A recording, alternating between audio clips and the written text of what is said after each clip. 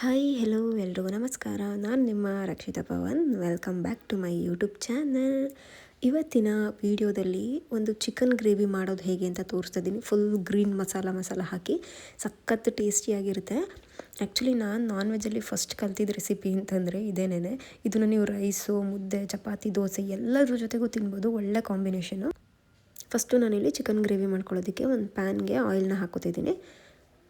ಒಂದು 2 ಸ್ಪೂನಷ್ಟು ಹಾಕೊಂಡ್ರೆ ಸಾಕು. ಆಯಿಲ್ ಬಿಸಿ ಆದಮೇಲೆ ನಾನಿಲ್ಲಿ ಈರುಳ್ಳಿಯನ್ನು ಹಾಕೋತಾಯಿದ್ದೀನಿ. ಇದನ್ನು ಆ್ಯಕ್ಚುಲಿ ನಾನು 1 kg ಗ್ರೇವಿ ಮಾಡೋದನ್ನು ತೋರಿಸ್ತಾ ಇದ್ದೀನಿ. ನೀವು ನೋಡ್ಕೊಳ್ಳಿ ಮೆಷರ್ಮೆಂಟು. ಕಡಿಮೆ ಅಂತಂದರೆ ಒಂದು 1/2 kg ಅಂದರೆ ಇದಕ್ಕಿಂತ ಒಂಚೂರು ಕಡಿಮೆ ತೊಗೊಳ್ಳಿ, ಅಥವಾ ಜಾಸ್ತಿ ಮಾಡ್ತಿದ್ದಾರೆ ಅಂದರೆ ಇದಕ್ಕಿಂತ ಒಂಚೂರು ಜಾಸ್ತಿ ತೊಗೋಬೇಕು. ನಾನಿಲ್ಲಿ 2 ಮೀಡಿಯಮ್ ಸೈಜ್ ಈರುಳ್ಳಿಯನ್ನು ತೊಗೊಂಡಿದ್ದೀನಿ. ನೆಕ್ಸ್ಟು 1 ಹಿಡಿಯಷ್ಟು ಬೆಳ್ಳುಳ್ಳಿಯನ್ನು ಹಾಕೋತಾಯಿದ್ದೀನಿ. ಬೆಳ್ಳುಳ್ಳಿ ಜಜ್ಜಿಲ್ಲ ಹಾಗೆ ಹಾಕ್ಕೊಂಡಿದ್ದೀನಿ. ನೆಕ್ಸ್ಟು 1 ಇಂಚಷ್ಟು ಶುಂಠಿನ ಈ ರೀತಿ ದಪ್ಪ ಕಟ್ ಮಾಡಿ ಹಾಕ್ಕೊಂಡಿದ್ದೀನಿ. ಇದನ್ನು ಕೂಡ ಎಣ್ಣೆಯಲ್ಲಿ ಈ ರೀತಿ ಬಾಡಿಸ್ಕೋಬೇಕು, ಚೆನ್ನಾಗಿ ಫ್ರೈ ಮಾಡ್ಕೋಬೇಕು. ಇದನ್ನೆಲ್ಲ ನಾವು ಆ್ಯಕ್ಚುಲಿ ಪೇಸ್ಟ್ ಮಾಡ್ಕೋಬೇಕು, ಅದಕ್ಕೆ ನಾನಿಲ್ಲಿ ಸ್ವಲ್ಪ ದಪ್ಪನೇ ಕಟ್ ಮಾಡಿ ಹಾಕ್ಕೊಂಡಿದ್ದೀನಿ. ಅದಾದಮೇಲೆ 1 ಟೊಮ್ಯಾಟೋನ ಈ ರೀತಿ ಮೀಡಿಯಮಾಗಿ ಕಟ್ ಮಾಡಿ ಅದನ್ನು ಕೂಡ ಎಣ್ಣೆಯಲ್ಲಿ ಫ್ರೈ ಮಾಡ್ಕೋತಾ ಇದ್ದೀನಿ. ಈ ರೀತಿ ಎಲ್ಲನೂ ಕೂಡ ಚೆನ್ನಾಗಿ ಫ್ರೈ ಮಾಡ್ಕೋಬೇಕು. ಆಮೇಲೆ ಲಾಸ್ಟಲ್ಲಿ ಒಂದು ಸ್ವಲ್ಪ ಪುದೀನ ಹಾಕ್ಕೋತಾ ಇದ್ದೀನಿ, ಚೆನ್ನಾಗಿ ತೊಳೆದು ಹಾಕ್ಕೊಂಡಿದ್ದೀನಿ. ನೆಕ್ಸ್ಟ್ ಒಂದು ಸ್ವಲ್ಪ ಕೊತ್ತಂಬರಿ ಸೊಪ್ಪನ್ನು ಕೂಡ ಹಾಕ್ಕೊಂಡಿದ್ದೀನಿ. ಆ್ಯಕ್ಚುಲಿ ಇದು ಸೊಪ್ಪು ಏನಾಗುತ್ತೆ ಅಂತಂದರೆ ಬೇಗ ಫ್ರೈ ಆಗಿಬಿಡುತ್ತೆ, ಅದಕ್ಕೆ ನಾನು ಲಾಸ್ಟಿಗೆ ಹಾಕ್ಕೊಂಡಿದ್ದೀನಿ. ನೋಡಿ, ಒಂದು 2 ನಿಮಿಷ ಬಿಸಿಗೆ ಈ ರೀತಿ ಕೈ ಆಡಿಸ್ಕೊಂಡ್ರೆ ಸಾಕು, ಫುಲ್ ಕರ್ಗೋಗ್ಬಿಡುತ್ತೆ ಸೊಪ್ಪು. ಅದಕ್ಕೆ ಲಾಸ್ಟಿಗೆ ಹಾಕ್ಕೊಳ್ಳಿ.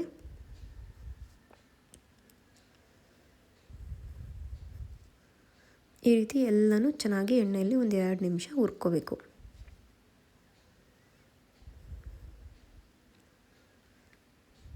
ಓಕೆನಾ? ಈ ರೀತಿ ಹುರ್ಕೊಂಡಿದ್ದಾದಮೇಲೆ ಇದನ್ನು ಕಂಪ್ಲೀಟಾಗಿ ತಣ್ಣಗಾಗೋದಕ್ಕೆ ಬಿಟ್ಬಿಡಬೇಕು ನಾವು.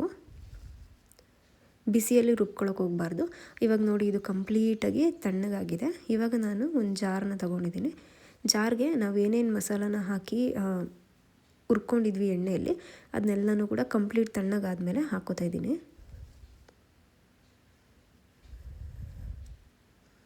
ಈ ರೀತಿ ಎಲ್ಲನೂ ಒಂದು ಜಾರ್ಗೆ ಟ್ರಾನ್ಸ್ಫರ್ ಮಾಡ್ಕೋತಾ ಇದ್ದೀನಿ. ನೆಕ್ಸ್ಟ್ ಅದಕ್ಕೆ ಒಂದು 4 ಹಸಿರು ಮೆಣಸಿನ್ಕಾಯಿನ ಕೂಡ ಹಾಕೋತಿದ್ದೀನಿ. ಅದಾದಮೇಲೆ ಒಂದು 4 ಗೋಡಂಬಿ ಹಾಕ್ಕೊಂಡಿದ್ದೀನಿ. ಗೋಡಂಬಿ ಹಾಕ್ಕೊಳ್ಳೋದ್ರಿಂದ ಅದು ಗ್ರೇವಿ ಕನ್ಸಿಸ್ಟೆನ್ಸಿ ಚೆನ್ನಾಗಿ ಬರುತ್ತೆ. ಅದಕ್ಕೆ ಇಷ್ಟನ್ನು ಕೂಡ ಒಂದು ಸ್ವಲ್ಪ ನೀರು ಹಾಕಿ ಚೆನ್ನಾಗಿ ಗ್ರೈಂಡ್ ಮಾಡ್ಕೋಬೇಕು. ಇನ್ನೊಂದು ಕಡೆ ಇನ್ನೊಂದು ಪ್ಯಾನ್ನ ಇಟ್ಕೊಂಡಿದ್ದೀನಿ ಒಗ್ಗರಣೆಗೆ.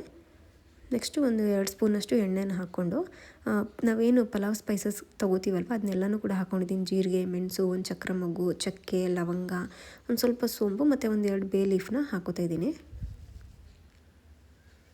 ಇದನ್ನೆಲ್ಲ ಹಾಕ್ಕೊಳ್ಳೋದ್ರಿಂದ ಫ್ಲೇವರ್ ತುಂಬ ಚೆನ್ನಾಗಿರುತ್ತೆ, ಹಾಗಾಗಿ ಹಾಕ್ಕೊಂಡಿದ್ದೀನಿ.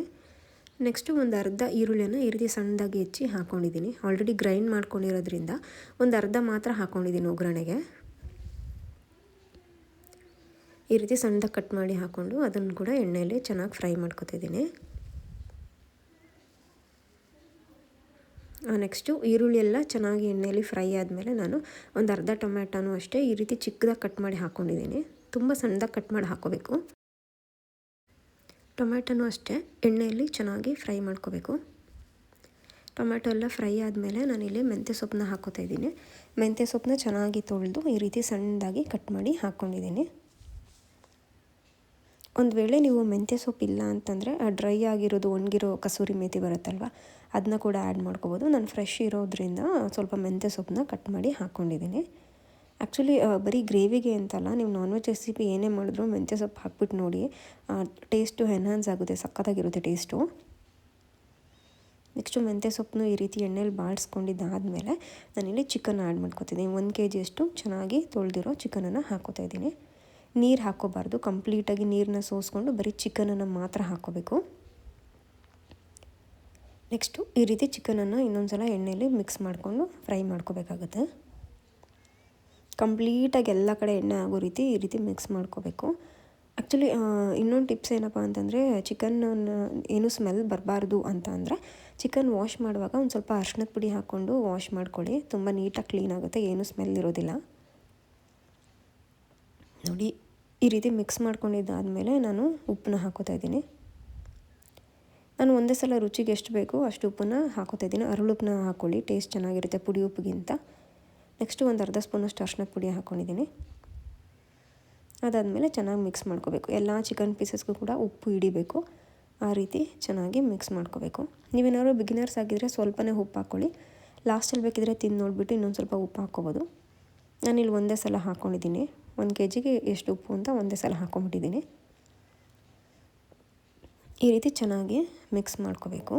ಮಿಕ್ಸ್ ಮಾಡ್ಕೊಂಡಿದ್ದಾದಮೇಲೆ ಏನಾಗುತ್ತೆ ಅಂತಂದರೆ ಉಪ್ಪು ಹಾಕಿರೋದ್ರಿಂದ ಚಿಕನ್ ನೀರು ಬಿಡುತ್ತೆ. ಅಲ್ಲಿವರೆಗೂ ಕೂಡ ಕುಕ್ ಮಾಡ್ಕೋಬೇಕು. ನೋಡಿ ಇವಾಗ ಚಿಕನ್ನು ಚೆನ್ನಾಗಿ ಕುಕ್ ಆಗಿದೆ, ಎಲ್ಲ ನೀರು ಬಿಟ್ಟಿದೆ. ಈ ಟೈಮಲ್ಲಿ ನಾನು ಏನು ಮಸಾಲ ರುಬ್ಕೊಂಡಿದ್ದೀವಲ್ವ ಸ್ಟಾರ್ಟಿಂಗಲ್ಲಿ ಎಣ್ಣೆಲಿ ಹುರ್ಕೊಂಡು ಆ ಪೇಸ್ಟ್ನ ಹಾಕ್ಕೋತಾ ಇದ್ದೀನಿ. ಈ ರೀತಿ ಹಾಕ್ಕೋಬೇಕು. ಇವಾಗ ಜಾಸ್ತಿ ನೀರು ಹಾಕಬಾರ್ದು, ನಾವು ಗ್ರೇವಿ ಆಗಿರೋದ್ರಿಂದ ಜಾಸ್ತಿ ನೀರು ಹಾಕಬಾರ್ದು. ಬೇಕಿದ್ರೆ ನಾವೇನು ರುಬ್ಕೊಂಡಿರೋ ಜಾರ್ ಇರುತ್ತಲ್ವ ಅದಕ್ಕೊಂದು ಸ್ವಲ್ಪ ನೀರನ್ನ ಹಾಕ್ಕೊಂಡು ಹಾಕ್ಕೋಬೋದು. ಇಲ್ಲಾಂದರೆ ಏನು ಹಾಕೋ ಅವಶ್ಯಕತೆ ಇಲ್ಲ. ಈ ರೀತಿ ಇನ್ನೊಂದು ಸಲ ಚೆನ್ನಾಗಿ ಮಿಕ್ಸ್ ಮಾಡ್ಕೋಬೇಕು.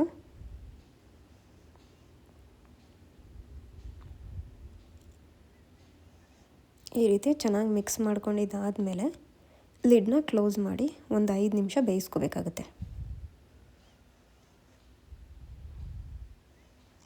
ನೋಡಿ ಇವಾಗ ಲಿಡ್ನ ಕ್ಲೋಸ್ ಮಾಡಿ ಒಂದು 5 ನಿಮಿಷ ಬೇಯಿಸ್ಕೊಂಡಿದ್ದೆ. ಈ ರೀತಿ 5 ನಿಮಿಷ ಬೇಯಿಸ್ಕೊಂಡಿದ್ದಾದಮೇಲೆ ನಾನು 1 ಸ್ಪೂನಷ್ಟು ಗರಂ ಮಸಾಲ ಹಾಕ್ಕೋತಾ ಇದ್ದೀನಿ. ಆ್ಯಕ್ಚುಲಿ ಗರಂ ಮಸಾಲ ಸ್ಕಿಪ್ ಮಾಡಿಬಿಡಿ, ಗರಂ ಮಸಾಲನೇ ಒಳ್ಳೆ ಟೇಸ್ಟ್ ಕೊಡೋದು ಈ ಗ್ರೇವಿಗೆ. ಗರಂ ಮಸಾಲ ಹಾಕಿದ್ದಾದಮೇಲೆ ಇನ್ನೊಂದು ಸಲ ಚೆನ್ನಾಗಿ ಮಿಕ್ಸ್ ಮಾಡ್ಕೋತಾ ಇದ್ದೀನಿ. ಎಲ್ಲ ಚಿಕನ್ ಪೀಸಸ್ಗೂ ಕೂಡ ಮಸಾಲೆ ಕಂಪ್ಲೀಟಾಗಿ ಹಿಡಿಬೇಕು. ಅದಕ್ಕೇ ಈ ರೀತಿ ಚೆನ್ನಾಗಿ ಮಿಕ್ಸ್ ಮಾಡ್ಕೋಬೇಕು. ಹಾಗಂತ ಜಾಸ್ತಿನೂ ಕಲ್ಸೋಕ್ಕೆ ಹೋಗಬಾರ್ದು, ಯಾಕೆಂದರೆ ಇದು ಬ್ರಾಯ್ಲರ್ ಚಿಕನ್ ಆಗಿರೋದ್ರಿಂದ ತುಂಬ ಬೇಗ ಕುಕ್ ಆಗಿಬಿಡುತ್ತೆ. ಹಾಗಾಗಿ ಈ ರೀತಿ ಲೈಟಾಗಿ ಮಿಕ್ಸ್ ಮಾಡಿಕೊಂಡು ಮತ್ತೆ ಲಿಡ್ನ ಕ್ಲೋಸ್ ಮಾಡಿ ಮತ್ತೆ 5 ನಿಮಿಷ ಕುಕ್ ಮಾಡ್ಕೋಬೇಕು. ಆವಾಗಲೇ ಒಂದು 5 ನಿಮಿಷ ಮತ್ತು ಇವಾಗ ಒಂದು 5 ನಿಮಿಷ ಬೇಯಿಸ್ಕೊಂಡ್ರೆ ಸಾಕು. ನೋಡಿ ಇವಾಗ ಮತ್ತೆ ಒಂದು 5 ನಿಮಿಷ ಬೇಯಿಸ್ಕೊಂಡಿದ್ದೀನಿ. ಚಿಕನ್ ಚೆನ್ನಾಗಿ ಕುಕ್ ಆಗಿದೆ. ಈ ಟೈಮಲ್ಲಿ ಲಾಸ್ಟಲ್ಲಿ ಒಂದು ಅರ್ಧ ನಿಂಬೆಹಣ್ಣನ್ನು ತೊಗೊಂಡು ಈ ರೀತಿ ನಿಂಬೆಹಣ್ಣಿನ ರಸನ ಹಾಕ್ಕೋತಾ ಇದ್ದೀನಿ. ಅದಾದಮೇಲೆ ಸಣ್ಣದಾಗಿ ಕಟ್ ಮಾಡಿರೋ ಕೊತ್ತಂಬರಿ ಸೊಪ್ಪನ್ನ ಕೂಡ ಮೇಲ್ಗಡೆ ಹಾಕ್ಕೋತಾ ಇದ್ದೀನಿ. ಲೆಮನನ್ನು ಆದಷ್ಟು ಚಿಕನ್ ಕಂಪ್ಲೀಟಾಗಿ ಬೆಂದಾದ್ಮೇಲೆ ಲಾಸ್ಟ್ಗೆ ಹಾಕ್ಕೋಬೇಕು. ಬಿಸಿ ಇದ್ದಾಗ ಏನೂ ಹಾಕೋಕ್ಕೆ ಹೋಗಬಾರ್ದು. ಲೆಮನನ್ನೇ ಯಾವಾಗಲೂ ಲಾಸ್ಟ್ಗೆ ಹಾಕ್ಕೋಬೇಕು. ಇವಾಗ ನೋಡಿ ನಿಂಬೆಹಣ್ಣಿನ ರಸ ಮತ್ತು ಲಾಸ್ಟಲ್ಲಿ ಕೊತ್ತಂಬರಿ ಸೊಪ್ಪೆಲ್ಲ ಹಾಕ್ಕೊಂಡಿದ್ದೀನಿ. ಇಷ್ಟು ಮಾಡಿಕೊಂಡ್ರೆ ಚಿಕನ್ ಗ್ರೇವಿ ರೆಡಿಯಾಗಿಬಿಡುತ್ತೆ. ನೋಡಿ ಚಿಕನ್ ಪೀಸಸ್ಸು ಅಷ್ಟೇ ಕಂಪ್ಲೀಟಾಗಿ ಕುಕ್ ಆಗಿದೆ. ತುಂಬ ಏನು ಟೈಮ್ ತೊಗೊಳ್ಳಲ್ಲ ಇದು, ಒಂದು 5 ಮಿನಿಟ್ಸಲ್ಲೆಲ್ಲ ಆಗಿಬಿಡುತ್ತೆ. ಚಿಕನ್ನು ಅಷ್ಟೇ ಬೇಗ ಕುಕ್ ಆಗಿಬಿಡುತ್ತೆ. ಮತ್ತು ಇದೊಂಥರ ಆಲ್ ಇನ್ ಒನ್ ಗ್ರೇವಿ ಅಂತಲೇ ಹೇಳ್ಬೋದು. ಚಪಾತಿ, ಇಡ್ಲಿ, ದೋಸೆ, ರೊಟ್ಟಿ ಎಲ್ಲದಕ್ಕೂ ಚೆನ್ನಾಗಿರುತ್ತೆ. ಟ್ರೈ ಮಾಡಿ, ಇಷ್ಟ ಆದರೆ ಲೈಕ್ ಮಾಡಿ.